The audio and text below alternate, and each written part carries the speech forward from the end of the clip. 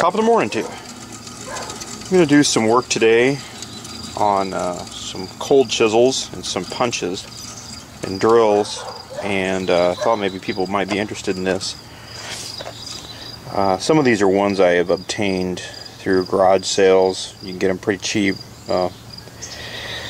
Apparently the age of doing things is kind of bygone era. People don't use tools much anymore, it doesn't seem, so they tend to throw them away or give them away. Anyway, what I was going to show you here was I was going to use this grinder.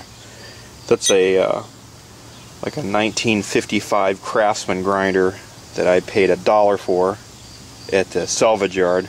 Somebody had thrown it away and I took it home, put an end on the cord, and it's been running for about, I've had that for 15 years now, and all I've done is keep it clean and put new wheels on it from time to time as they wear down. If you're going to use chisels or drills or punches, this is a chisel, and it's kind of the body. I believe this is called the factory point, I believe, and this is the cutting point, and this is the head. You can see that as you use these, the heads get rounded over. This one is especially bad. And here's a punch, and this one's in pretty good shape, although it's got a little, I don't know if you can see this, help if you get in the picture, there's a little tiny edge there. See that right there, that little silvery part. I'm going to use a grinder and knock that out. This one is especially bad. These edges need to be off of there, and the reason is that if you strike that with a hammer, it could fracture that off of there, fly up and hit you in the face.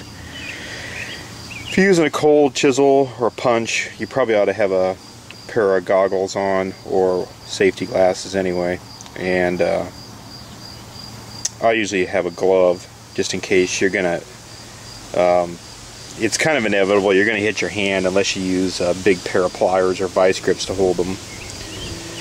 But the main thrust of today is to get that edge off of there and show you how that happens. This one, I don't know if you can see, is got a big crack forming there, so I'm going to grind that all off there and clean that all off. So anyway, I've got this bench grinder I'm going to use. Any decent shop should have a bench grinder. Anybody that says they can't afford a bench grinder is just fooling themselves. I've seen them as cheap as literally drag them away. I had a little Black & Decker grinder years and years ago. It was probably made in the 70s. It was kind of, Black & Decker used to have these kind of god-awful puke yellow-green tools, and a friend gave me that one, and I used it for years and did quite a bit of stuff with it before I got the hold of this one. I've removed the guard. There normally is a guard right here, and I'm also using the grinder. I'm kind of out in the field here today, so that's the reason the grinder is unmounted. You really ought to mount it permanently on a bench. This is probably kind of dumb, but I'm kind of improvising here a little bit. The other thing you might need is a cup of water. Some grinders have a little well where you can pour water in them, and what that's to do is to cool the piece you're grinding down. You don't want to get it so hot that it loses the hardness or temper off of there. I've had people think those were parts trays, which it could be. Sorry about that. Had a little family emergency I had to take care of, and I usually don't edit my videos down. I'm sure people don't care for that, but one of the reasons I do that is if a problem arises or something happens, you get to see how the problem was solved. You know, a lot of them, if you're just trying to make your video look good, which is fine, you edit out the faux pas, you get to miss the funny stuff if something dumb happens, and so I usually just do these kind of raw and uncut. But that one I had to stop. I don't think you were gonna wait 2 hours and sit and watch the camera for 2 hours with a picture of the grinder. So anyway, one of the first things I'm going to do is go ahead and knock this edge off. This is a star drill. And earlier I said drills. I didn't mean like a drill you'd put in electric or hand drill. I meant a drill you would use with on concrete or masonry drill. Anyway, I'm going to go ahead and use the grinder and knock that off and show you how to do that. The other thing that probably should be done here is this one's sat around. It's kind of rusty. I'll probably run it through the wire brush. And I usually paint the bodies of mine just to keep the rust down on them.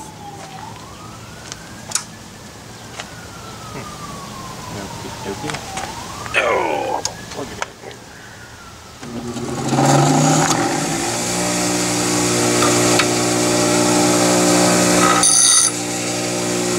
One of these wheels, the wheel I got uncovered with the guard off of it, is a coarser wheel than the other one, and it'll remove the bulk of that edge off of there.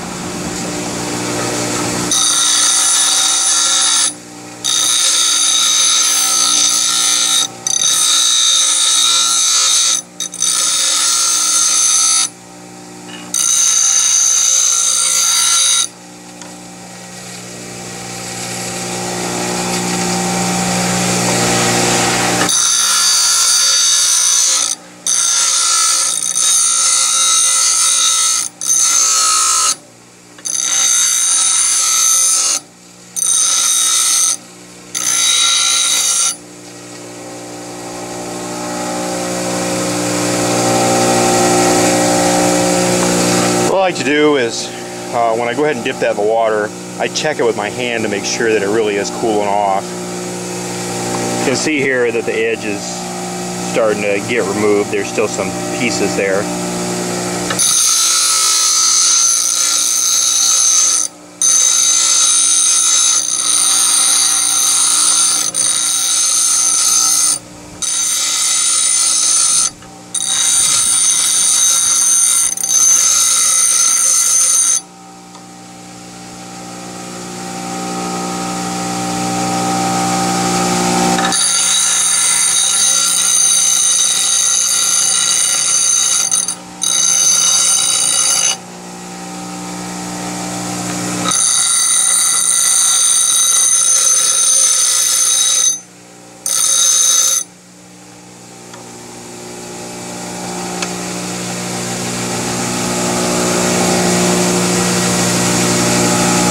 That's not bad.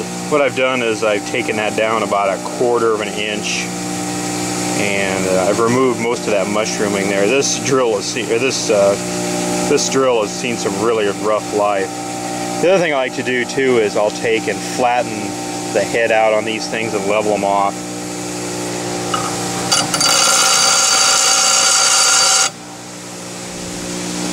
See there that I've leveled it off. To leave those rounded over, they tend to deflect the hammer and you can get a blow that'll go astray sometimes.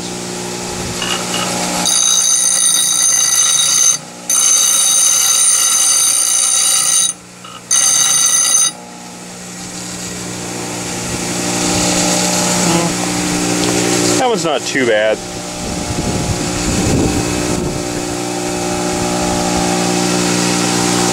That's really all there is to it. Like I said, I'll wire brush this one up, clean it up a little bit.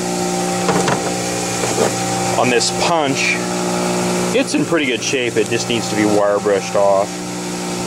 And I'll probably paint the body of the thing. You can see the head is in pretty good shape on it, and it's been leveled off. But there is that little edge there.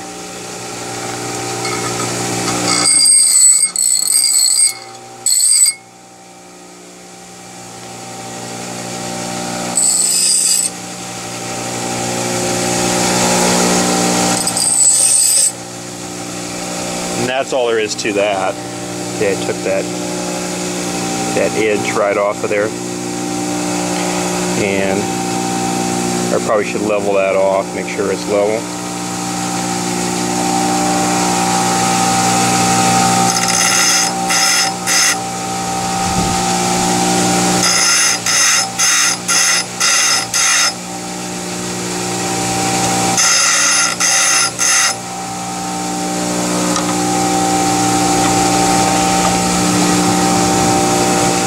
Can't seem to frame this up very well anyway.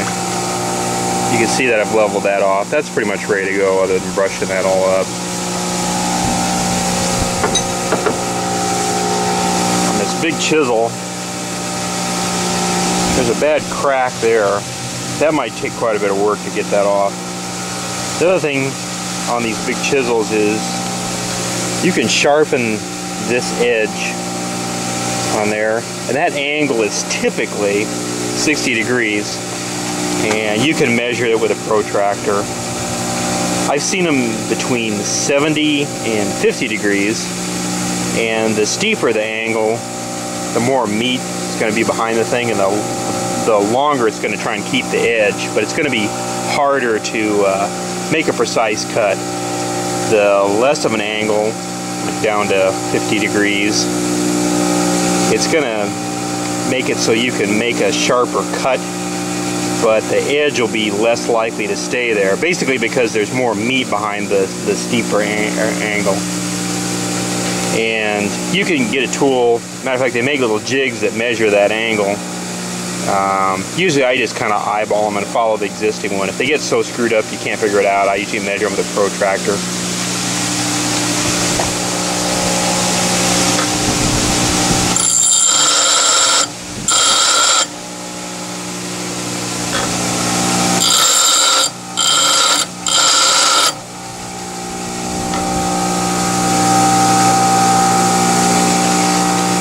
When you sharpen these, you got to be careful not to overheat them. If you see this starting to turn colors like purples and kind of what they call a straw color or kind of a gold color, you're overheating the tip on that thing and you're changing the temper in it. And if you do that, you'll make the chisel literally worthless. You can re-harden them, but it takes a little bit of doing. The same goes for this end. Try not to overheat these. Just work on little bits at a time.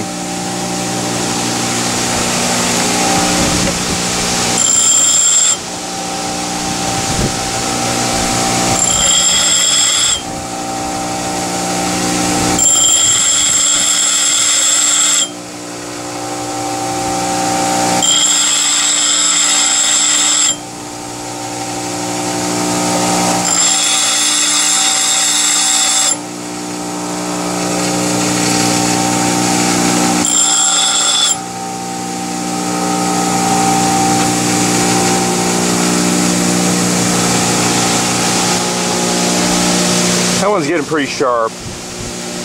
I'll work on the back here, try and clean this all up.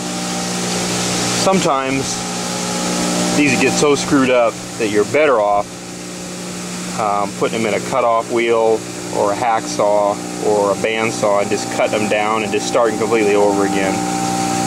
You'll lose a little bit, you'll lose probably about half an inch there, but it might be easier than trying to dress that all up. I'll try and dress it up, see what happens there. Shouldn't be a big problem.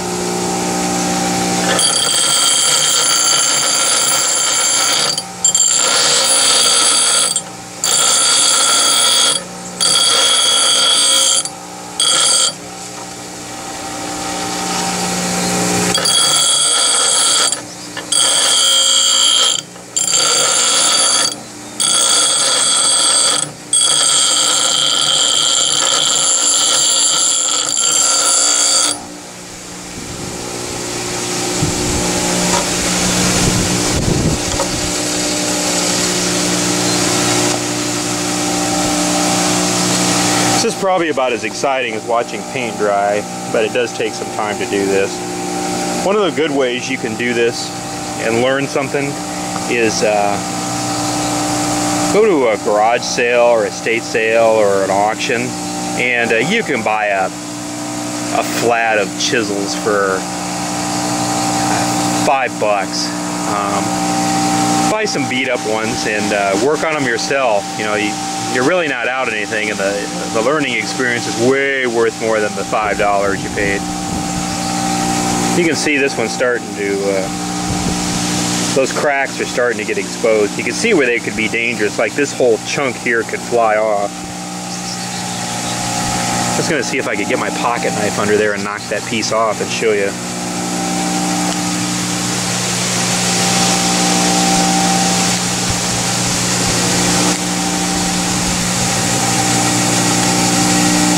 it won't come up, which that's okay.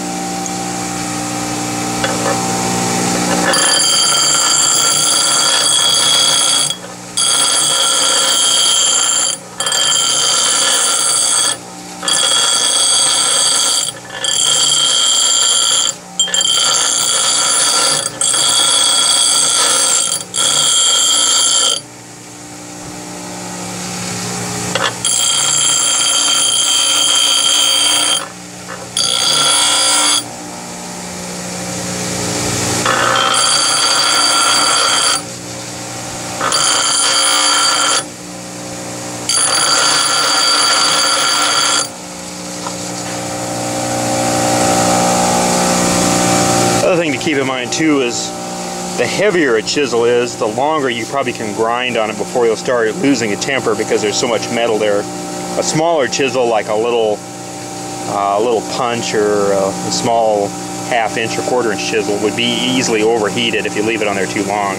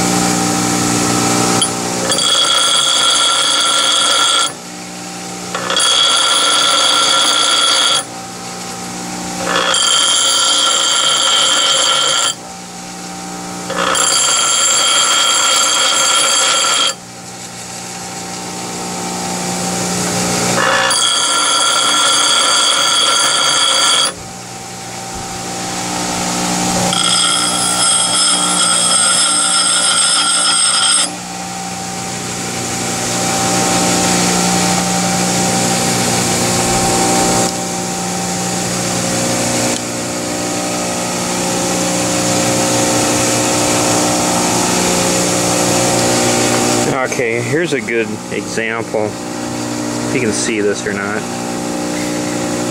First off, there's a piece here, if you can see it in the sun. This is kind of a blue color, and it's a small piece that's fracturing off of there, and I've been overheating it. And that color change means it's losing its temper. There's a perfect example of a dangerous piece that could come off and hit you in the eye. That thing is really sharp. And you can see here that that whole thing is caved in out of there. I might just take a hacksaw and cut this down. There's another place there, right there, that's kind of doing that.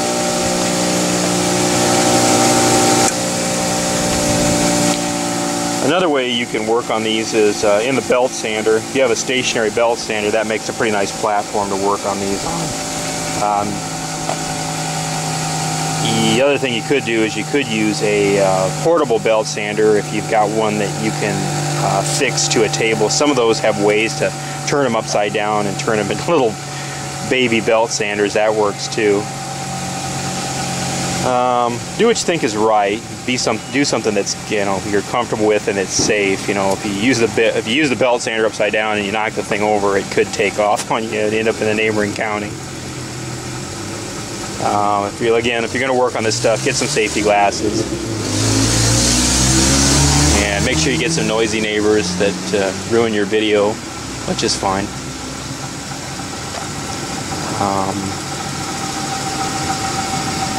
If you have a question, a comment, feel free to leave them. I've been doing some more videos lately, so you potentially could join the channel if you like. I've got other things I'm going to do. And like I said before in one of my other videos, there's a lot of things I do day to day, and it's dawned on me that people might like to see this stuff. It might help somebody. If you see somebody that's had a question and I don't get to it right away, feel free to try and help them out if you can. Purpose of these things is to try and help people, pass on some knowledge and get people educated, and to make your chisels and punches and star drills a little safer. So like I said, go to the garage sale or estate sale, find yourself some old chisels, bring them home and knock yourself out. Have a good day. Thanks.